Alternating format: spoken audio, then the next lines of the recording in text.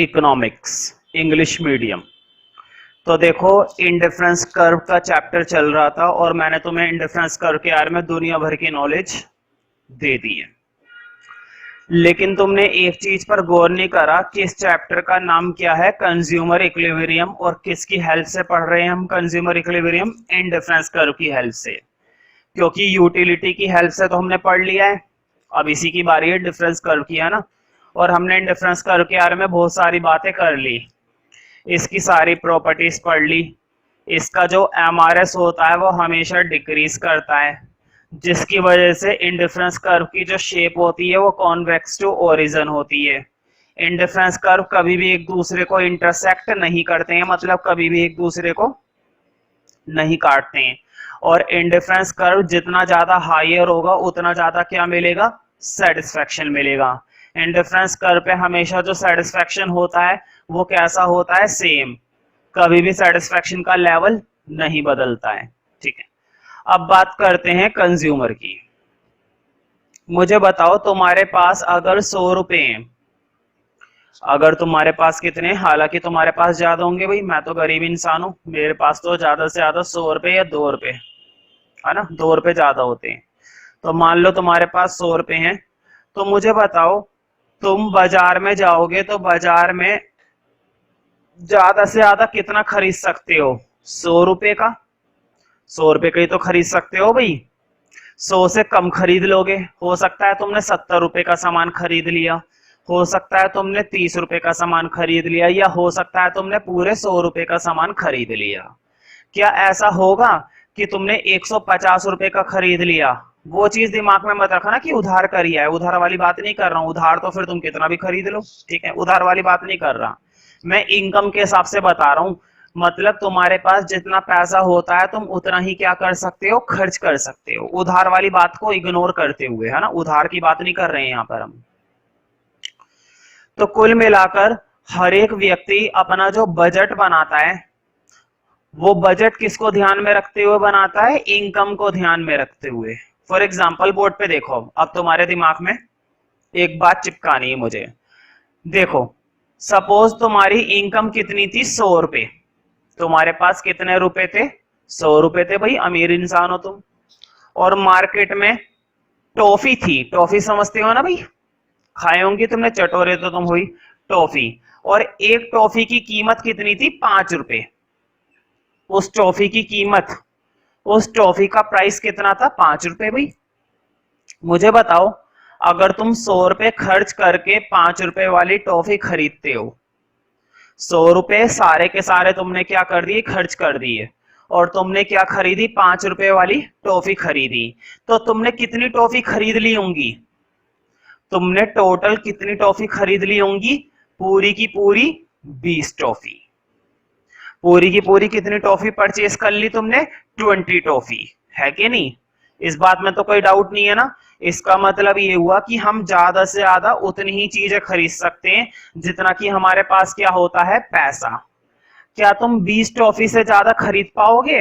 नहीं, क्योंकि सारी इनकम खर्च करने पर 5 रुपए के हिसाब से ज्यादा तुम्हें कितनी टॉफी मिल रही है? 20 टॉफी। तुम 20 से ज्यादा खरीद ही नहीं सकते। हाँ चोरी करो वो बात अलग है भाई, लेकिन उसे खरीदना नहीं कहते हैं, उसे खरीदना नहीं कहते हैं, ठीक है। तो कुल मिलाकर अब हमें देखना है कि जो कंज्यूमर का बजट होता है वो क्या है, ठीक है। तो आज के लिए तुम्हें हेडिंग डालना है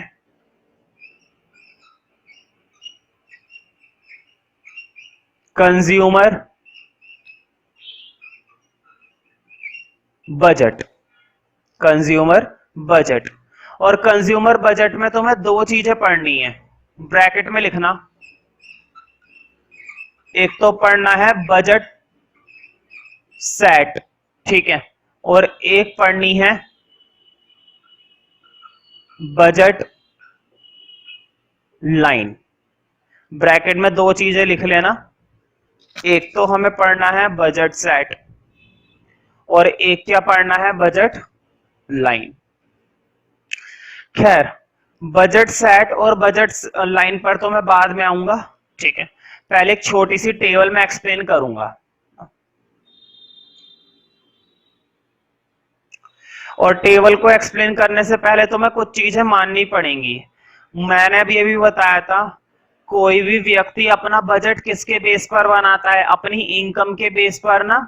मान लो तुम्हारी इनकम महीने की 10 लाख रुपए है, तो कितनी बड़ी इनकम है, 10 लाख, है ना। माना तुम्हारी महीने की इनकम कितनी है, 10 लाख, तो तुम अपना बजट 10 लाख के हिसाब से बनाओगे। मेरी इनकम महीने की 1000 रुपए है, तो मैं अपना बजट अपने 1000 रुपए के हिसाब से बनाऊंगा। यानी कि हर एक व्यक्ति अपना बजट किसके बेस पर बनाता है? अपनी इनकम के बेस पर।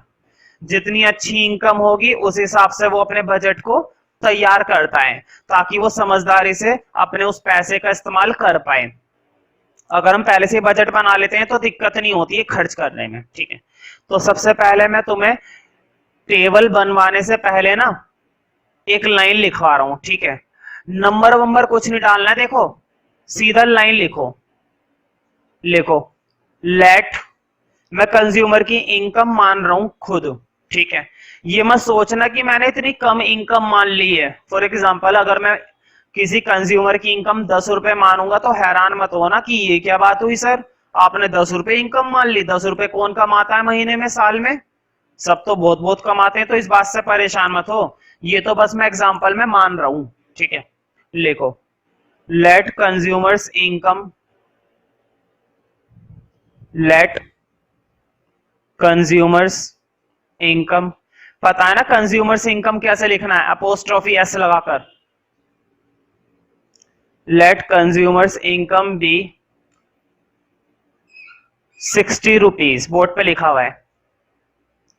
Consumer income be 60 rupees. कितनी इनकम मानी है? 60 रुपीज, है ना। 60 रुपए भाई, क्या करे गरीब आदमी मेरी तरह। महीने में सिर्फ कितने कमाता है? 60 रुपए कमाता है। तुम लोग तो 60-60 हजार कमाते हो, मेरा क्या जा रहा है। हम तो भाई 60 रुपए में गुजारा करते हैं, ठीक है। कंज्यूमर इनकम तुमने कितनी मान ली? 60 रुपए, ठीक है। कॉमा लगा के एक चीज और लिखो, देखो एक्स गुड का प्राइस लिखो, सीधा ही लिख लो, लैंग्वेज में मत लिखना, अब सीधा लिख लो। प्राइस ऑफ एक्स माना है तुमने 2, मतलब कि गुड एक्स की कितनी कीमत है? 2 रुपए। गुड एक्स की कितनी कीमत है? 2 रुपए, ठीक है। और गुड वाई की, मतलब कि प्राइस वाई कितनी है? 1 रुपए। हो सकता है भाई। अब तुम कहोगे यार ये क्या बात हुई, 1 रुपए 2 रुपए, कुछ और भी तो मान सकते हैं। मैं बोलूंगा बिल्कुल कुछ भी मान लो तुम इनकम अपने हिसाब से मान सकते हो, प्राइस अपने हिसाब से मान सकते हो, और जरूरी नहीं है ये जो 2 गुड मैंने मानी है एक्स और वाई, तुम एक्स और वाई ही मानो, कुछ भी मान सकते हो। मैंने हमेशा से इकोनॉमिक्स में तुम्हें बताया है, कोई सा भी एग्जाम्पल, कोई सी भी टेबल को रटे मत करो, उस चीजों को समझे करो कि उसके पीछे लॉजिक क्या है, ठीक है। जरूरी नहीं इनकम 60 मैंने मानी है तो तुम भी एक्सप्लेन करने के लिए इनकम को 60 ही मानो, ठीक है, तुम्हारे ऊपर है। अब एक छोटी सी टेबल बनानी है, पहले टेबल देख लेना फिर बनाना, मैं मौका दे दूंगा बनाने का, पहले समझ लो। एक में तुम्हें दिखानी है एक्स की यूनिट, और एक कॉलम में दिखानी है वाई की यूनिट। एक में एक्स की यूनिट और एक में वाई की यूनिट। अब मुझे बताओ, इनकम उसकी 60 रुपए है, इनकम कितनी है? 60 रुपए, ठीक है। और उसके सामने कितनी कॉमोडिटी है? 2 कॉमोडिटी है भाई। देखो एक्स कितनी है भाई? 2 रुपए की, और वाई कितने की है? 1 रुपए की। अगर मैं तुमसे कहूं कि उसने एक्स की कुछ भी नहीं खरीदी, उसने एक्स की एक भी यूनिट परचेज नहीं करी, समझ रहे हो ना जीरो का क्या मतलब है? कि उसने एक्स की एक भी यूनिट नहीं खरीदी। अब मुझे बताओ, अगर एक्स की एक भी यूनिट नहीं खरीदी, इसका मतलब ये हुआ कि उसने अपनी सारी की सारी कौन सी यूनिट खरीद ली? वाई खरीद ली। हो सकता है उसे वाई ज्यादा पसंद हो, और हो सकता है उसे एक्स बिल्कुल भी पसंद ना हो, तो उसने क्या करा? वाई खरीद ली। अब देखते हैं कितनी खरीदी होगी, बोर्ड पे देखो। इनकम कितनी थी? 60 रुपए। इनकम उसकी कितनी थी? 60 रुपए। और कीमत कितनी है? 1 रुपए। मुझे बताओ, 1 रुपए में एक टॉफी आ रही है, तो 60 रुपए में कितनी टॉफी खरीद ली उसने? 60 टॉफी ना, भाई सिंपल सी बात है, रेट कितने का है, 1 रुपए का, और तुम्हारे पास पैसे कितने हैं, 60 रुपए। 1 रुपए में एक आ रही है, तो 60 रुपए में कितनी यूनिट खरीद लोगे, 60 यूनिट। कोई डाउट तो नहीं है कि ये 60 कैसा आया। उसने एक्स का कुछ भी नहीं खरीदा, मतलब कि एक्स का क्या खरीदा, 0। और जब एक्स का कुछ भी नहीं खरीदा तो सारी यूनिट किसकी खरीद ली उसने, वाई की। सारी यूनिट किसकी खरीद ली उसने, वाई की।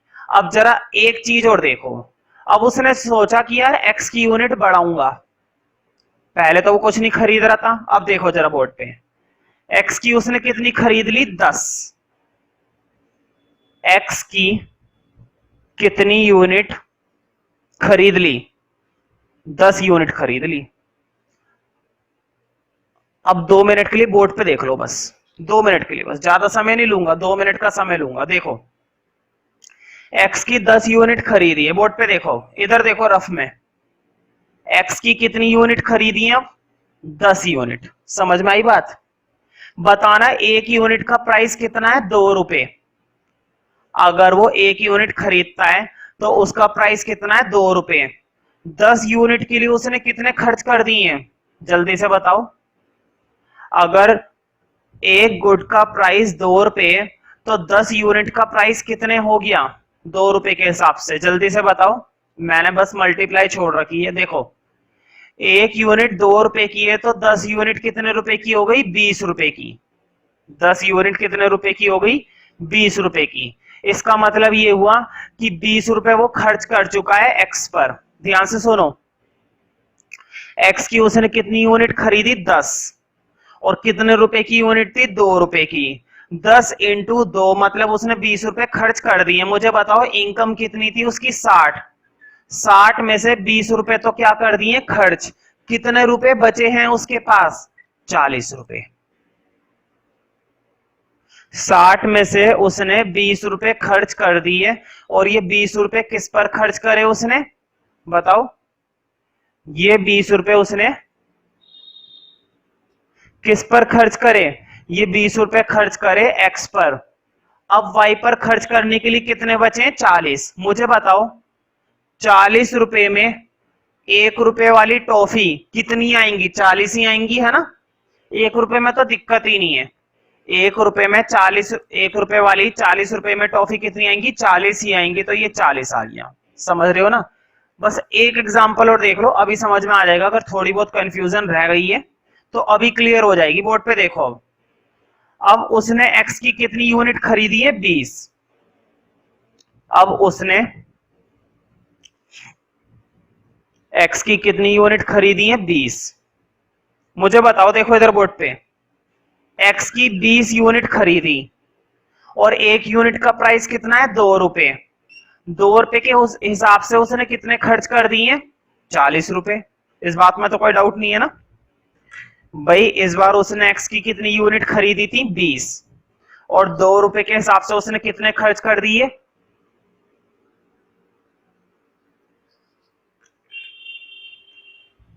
2 रुपए के हिसाब से उसने कितने खर्च कर दिए, 40। मुझे बताओ इनकम कितनी है, 60। 60 में से 40 तो उसने खर्च कर दी, कितने बच गए, 20 रुपए। अब उसके पास सिर्फ और सिर्फ कितने रुपए बचे हुए, 20 रुपए। और इन 20 रुपए में कौन सी गुड खरीदेगा, वो वाई खरीदेगा। बताओ वाई का रेट क्या है, 1 रुपए, तो 20 रुपए में कितनी गुड खरीद लेगा, 20 खरीद लेगा, है ना। लिखो 20, 20 रुपए में 20। अब एक लास्ट देख लो बोर्ड पे, बस एक लास्ट, ज्यादा समय नहीं लूंगा, लास्ट है बस। देखो इस बार उसने एक्स की 30 यूनिट खरीदी। इस बार एक्स की उसने कितनी यूनिट परचेस करी है भाई, 30 यूनिट। अब मुझे बताओ जब उसने एक्स की 30 यूनिट खरीदी है, देखो एक्स की कितनी यूनिट खरीदी है, 30, और एक यूनिट का प्राइस कितना है, 2 रुपए। तो 30 यूनिट पर उसने कितना खर्च कर दिया होगा, 60 रुपए।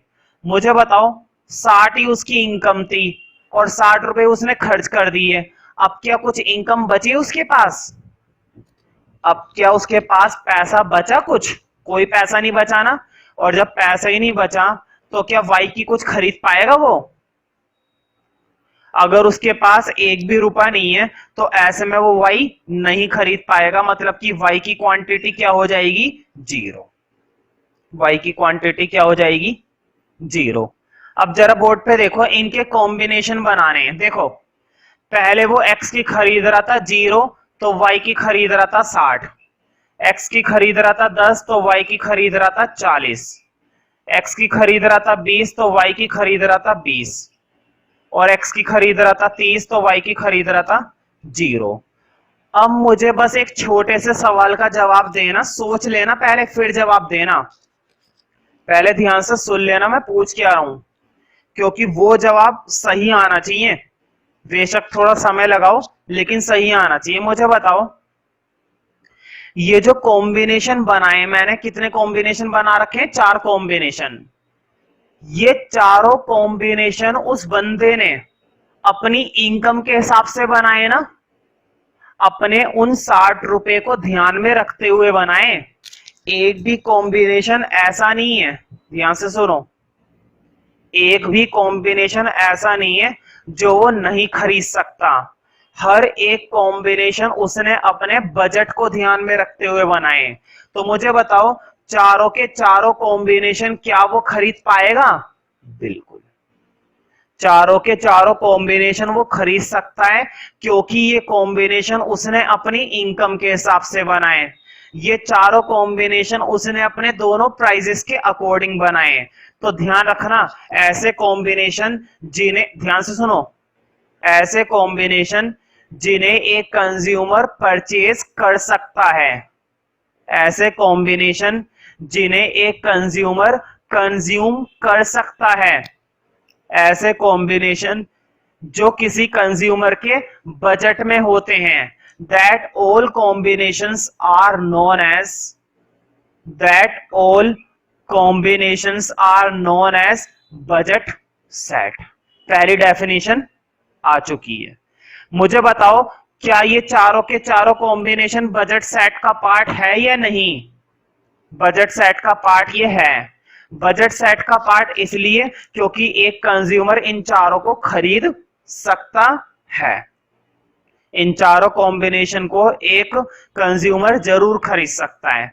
ठीक है, तो इन चारों कॉम्बिनेशन को साइड में लिख लेना ब्रैकेट लगा के, और देखो इस तरह से एरो लगा के लिख लेना बजट सेट। हालांकि मैं डेफिनेशन अभी लिखवाऊंगा, लेकिन डेफिनेशन की जगह अगर तुम ऐसे बनाकर लिख लोगे तो ज्यादा अच्छा रहेगा ना। डेफिनेशन फिलहाल मैं नोट करा दूंगा।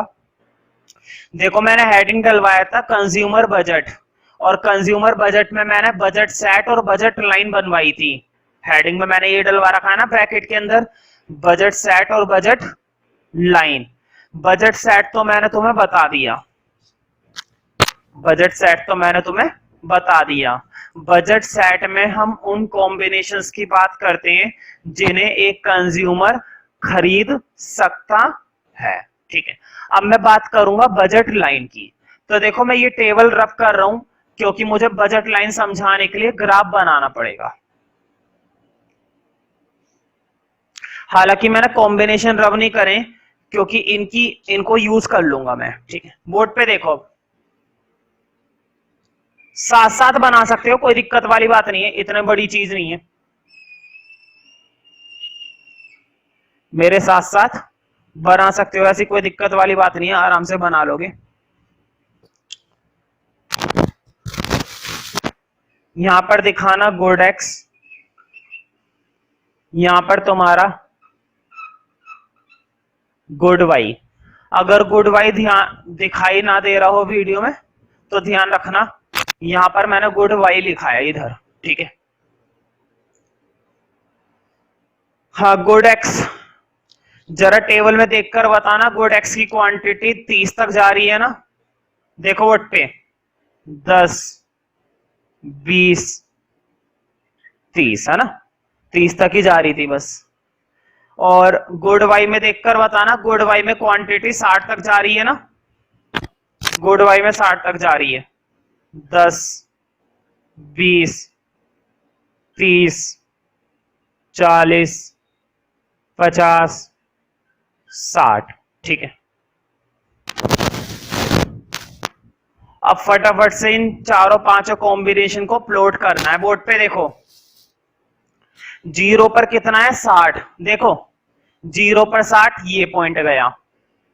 10 पर कितना है 40, 10 पर कितना है भाई 40, ये आ गया। 20 पर कितना है 20, 20 पर 20, और 30 पर कितना है 0, 30 पर 0। ध्यान रखना, एक सीधी लाइन ही मिलनी चाहिए, बिल्कुल स्ट्रेट, एक भी पॉइंट ऊपर नीचे नहीं होना चाहिए। अगर एक भी पॉइंट ऊपर नीचे हो रहा है, इसका मतलब कहीं ना कहीं गलती करी है। या तो तुमने टेबल बनाने में गलती करी है, या फिर टेबल से जब तुम ग्राफ बना रहे हो तो ग्राफ बनाने में गलती हुई है। देखो बोर्ड पे, पहले बोर्ड पे देख लो, पेन वगैरह छोड़ दो, बाद में ड्रॉ कर लेना अगर रह गया है तो। पहले कुछ चीजें समझ लो। ये हमारे कौन से कॉम्बिनेशन थे, बजट सेट। ये हमारे कौन से कॉम्बिनेशन थे, बजट सेट।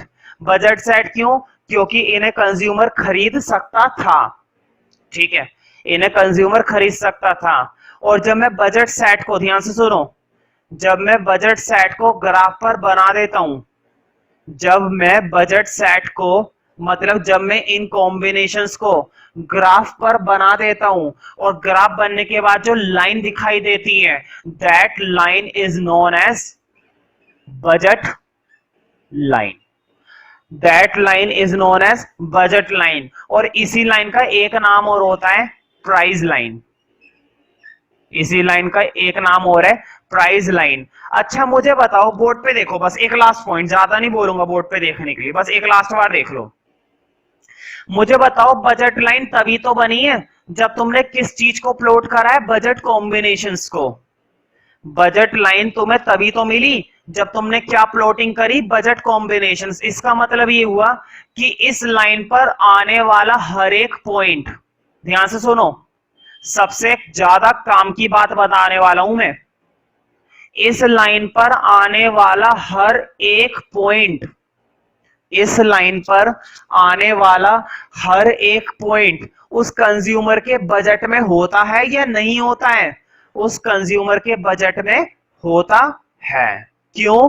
क्योंकि तुमने इस लाइन पर प्लॉट क्या करा है, इस लाइन पर तुमने वही तो प्लॉट करा है, बजट सेट। और बजट सेट कैसे बनाए गए? इनकम के हिसाब से, मतलब कि तुम उसको अपनी इनकम से खरीद सकते हो। अगर तुम इनकम से नहीं खरीदते तो वो बजट सेट में आता ही नहीं, और जब बजट सेट में नहीं आता तो इस पर भी नहीं आता। इसका मतलब ये हुआ कि बजट लाइन पर आने वाला हर एक बिंदु, बजट लाइन पर आने वाला हर एक पॉइंट तुम्हारे हाथ में होता है और तुम उसको खरीद सकते हो।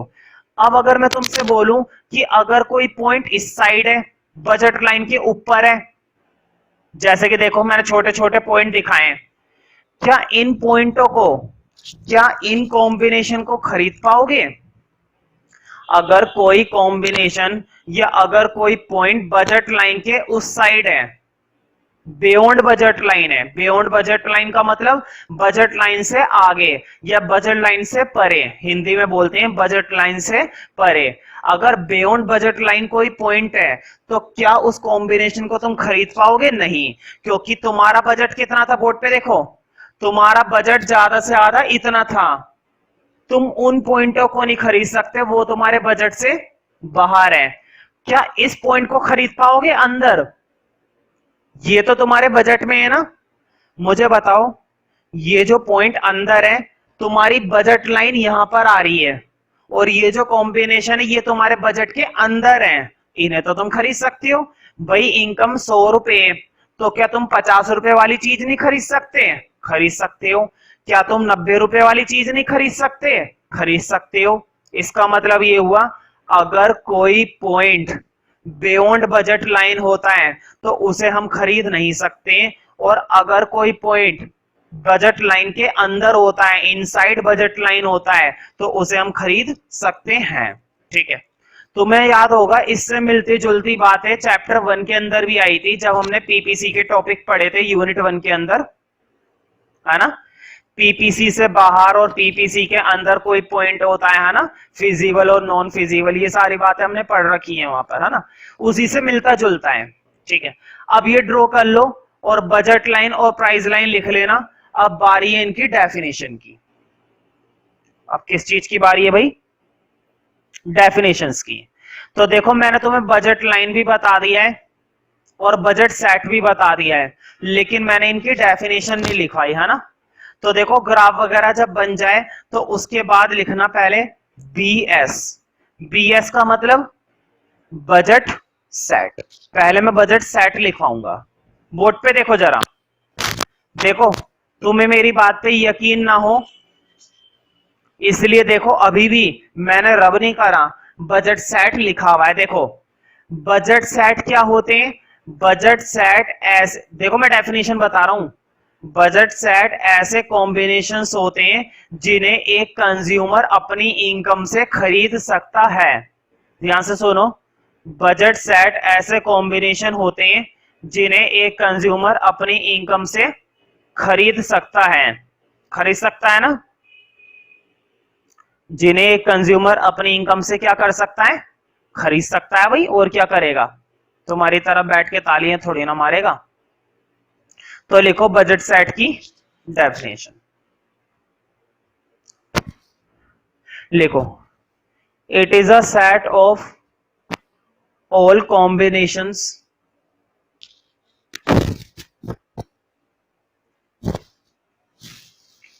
it is a set of all combinations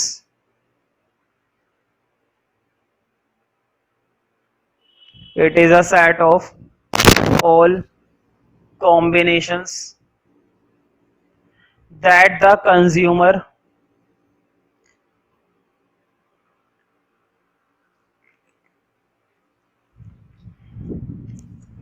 that the consumer can purchase that the consumer can purchase with his income that the consumer can purchase with his income, अपनी इनकम से, with his इनकम। ध्यान रखना budget set को budget bundles भी बोला जाता है। क्या बोला जाता है? बजट बंडल्स, है ना? लिख लो, this set is also known as budget bundles.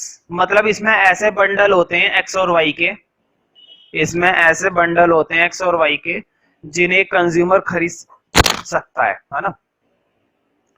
This set is also known as budget bundle, budget bundle. ठीक है, अब बजट लाइन की बात करते हैं। बजट लाइन क्या चीज है? लिखो नंबर 2 BL। तो देखो बोर्ड पे, जब हम बजट सेट को ग्राफ में बना देते हैं, ध्यान से सुनो, जब हम बजट सेट को ग्राफ में बना देते हैं, that graphical representation is known as budget line. वही ग्राफिकल रिप्रेजेंटेशन क्या कहलाती है? बजट लाइन कहलाती है। लिखो नंबर 2 में, लिखो when budget bundles when budget bundles plotted on the graph, when budget bundle plotted on the graph, then it forms a straight line। straight का मतलब होता है सीधी। then it forms FORMS forms, then it forms a straight line। क्या बनती है भाई? एक straight line बनती है। then it forms a straight line, then it forms a straight line। This straight line is known as budget line। This straight line is known as, this straight line is known as budget line. Straight line is known as budget line. ठीक है, straight line is known as budget line. ठीक है, अब वही वाली बात मैं पूछूंगा फिर से तुम्हें, अगर कोई पॉइंट, मुझे बताओ, अगर कोई पॉइंट इस साइड होगा तो उसे कंज्यूमर नहीं खरीद सकता क्योंकि वो पॉइंट उसके बजट से बाहर है, और अगर कोई पॉइंट अंदर की साइड होगा तो उसे वो खरीद सकता है क्योंकि वो पॉइंट उसके बजट में है। ठीक है, देखो अंदर वाले पॉइंट को तो खरीद ही सकता है, उस पॉइंट को भी तो खरीद सकता है जो पॉइंट लाइन के ऊपर आ रहे हैं। ऊपर का मतलब ये वाले पॉइंट है ना, जो लाइन के ऊपर लाई कर रहे हैं वो वाले पॉइंट तो वो खरीद ही सकता है ना, बाहर वाले नहीं खरीद सकता बस। ठीक है, तो पहले एक डायग्राम बनाना है, डायग्राम अभी मत बनाना, जब मैं बोलूं तब बनाना। तो इसी चैप्टर का बीच में एक छोटा सा हेडिंग और आ रहा है, छोटा सा हेडिंग है, कोई बहुत बड़ी चीज नहीं है। ठीक है, एक सब हेडिंग बनाकर लिख सकते हो, ये पहले भी आ चुका है, अटेनेबल एंड, पहले भी आने का मतलब है यूनिट 1 में आया हुआ है, attainable and non attainable combinations. देखो मैंने कॉम्बिनेशन नहीं लिखा, तुम लोग लिख लेना, attainable and non attainable combinations, attainable and non attainable combinations. ठीक, अटेनेबल वो होते हैं जिन्हें एक कंज्यूमर खरीद सकता है, और नॉन अटेनेबल वो होते हैं जिन्हें एक कंज्यूमर खरीद नहीं सकता है। ठीक है, देखो जरा डायग्राम थोड़ा रुक कर बनाना, सिंपल सा डायग्राम है, कोई बहुत बड़ी तोप चीज नहीं है,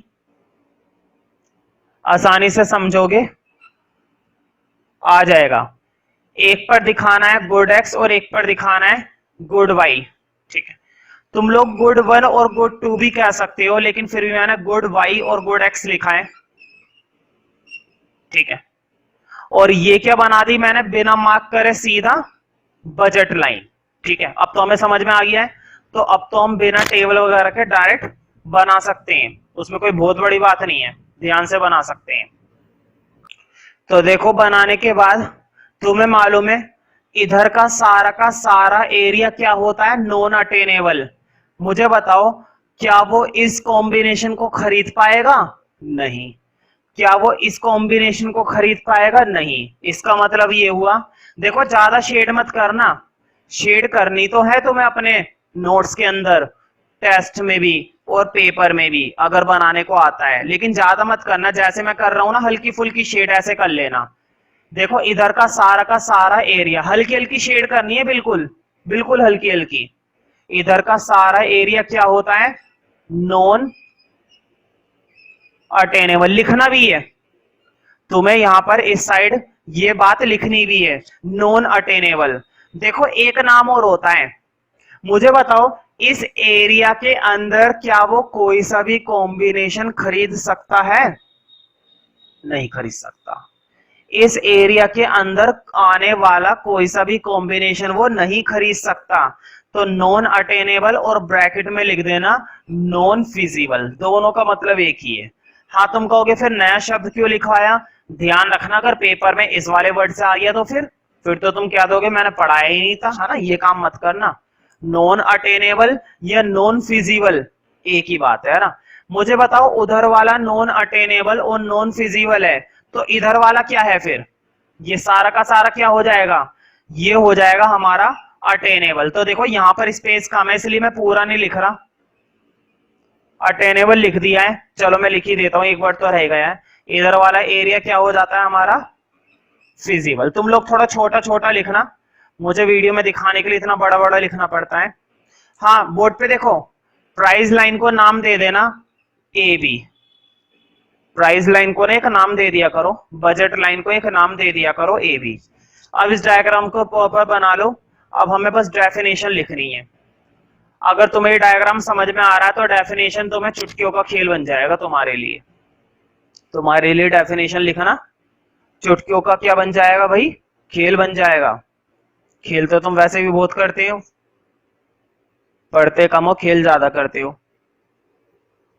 है ना, तो वही बन जाएगा। तो हेडिंग तो तुमने डाल ही लिया, अटेनेबल नॉन अटेनेबल, ये बना लेना डायग्राम, बन गया है तो अच्छी बात है, नहीं बना है तो वीडियो पॉज करके बना लो।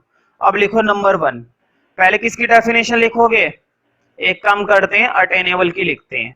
बोर्ड पे देखो अब जरा, एक लास्ट बार बस देखो, अटेनेबल वो कॉम्बिनेशन जो बजट लाइन के अंदर आ रहे हैं, एक तो वो है ना, अंदर वाले हैं ना अटेनेबल, और जो बजट लाइन के ऊपर लाई कर रहे हैं, ऊपर का मतलब ये नहीं उधर लाई कर रहे हैं, ऊपर का मतलब कुछ बच्चों को लगता है जब मैं ऊपर बोलता हूं कि बजट लाइन के ऊपर आ रहे हैं तो वो सोचते हैं ऊपर में इन वाले की बात कर रहा हूं मैं, ऊपर की मैं ये वाले की बात करता हूं मैं, कि जो बजट लाइन के ठीक ऊपर आ रहे हैं, देखो इसी के ऊपर आ रहे हैं ये सारे के सारे हैं, ठीक है।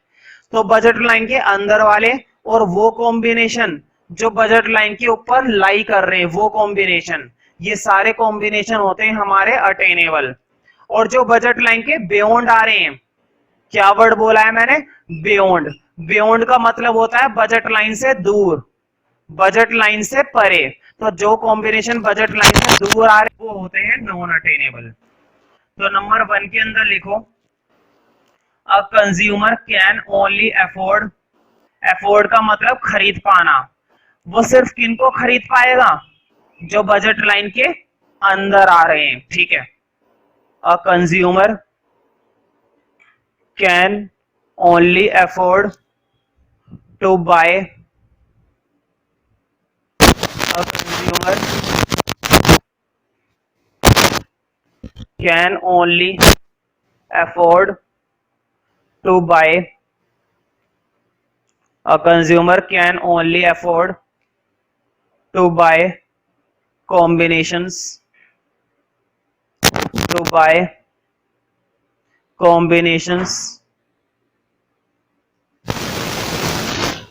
fall inside, बोर्ड पे लिखा हुआ है ये रहा, fall inside।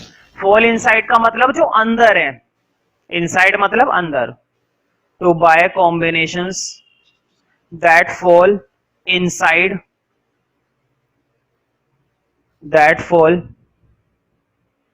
inside budget line, मतलब कि जो बजट लाइन के अंदर है, that fall inside budget line, और along budget line, बोर्ड पे लिखा हुआ है along, along का मतलब जो बजट लाइन के ऊपर है ना, जो बजट लाइन के ऊपर है वो भी, और जो बजट लाइन के अंदर है वो भी, ठीक है। that fall inside budget line और along budget line, बोर्ड पे लिखा हुआ है along, along का मतलब किसी के ऊपर होना, ठीक है, किसी के साथ साथ होना, along budget line। तो मुझे बताओ ये सारे कॉम्बिनेशन मिलाकर कौन सा एरिया बनाते हैं? फिजिबल, ठीक है। लिखो this region, this region, region board पे लिखा हुआ है, रीजन का मतलब होता है एरिया, सिंपल भाषा में रीजन का क्या मतलब होता है? एरिया। देखो ये एरिया फिजिबल और वो एरिया नॉन फिजिबल, ये उसके बस में है और वो उसके बस में नहीं है। This region is known as feasible region, this region is feasible region, ठीक है। और इस रीजन में आने वाले कॉम्बिनेशन अटेनेबल होते हैं, मतलब जिन्हें वो खरीद सकता है, ठीक है। अब लिखो नंबर 2, नंबर 2 में तुम्हें मालूम है नॉन फिजिबल की बात करूंगा। लिखो नंबर 2 के अंदर लिखो, अ कंज्यूमर कैन नॉट अफोर्ड, है ना, अब वो नहीं खरीद पाएगा, अफोर्ड का मतलब मालूम है ना, जो खरीद नहीं सकता। A consumer can not afford to buy combinations, a consumer can not afford, वहां पर लिखवाया था कैन अफोर्ड और यहां पर लिखवा रहा हूं can not afford. A consumer can not afford to buy combinations that are beyond, board पे लिखा हुआ है ये वाला शब्द पहले से ही, बियॉन्ड, ये रहा। A consumer can not afford to buy combinations that are beyond his budget line, जो उसकी बजट लाइन से काफी दूर होते हैं या परे होते हैं, है ना। That are beyond his budget line, that are beyond his budget line, ठीक है, बियॉन्ड हिज बजट लाइन, जो बजट लाइन से परे होते हैं। लिख लो, this region is called non feasible region, ये एरिया क्या कहलाता है, non feasible. This region is feasible,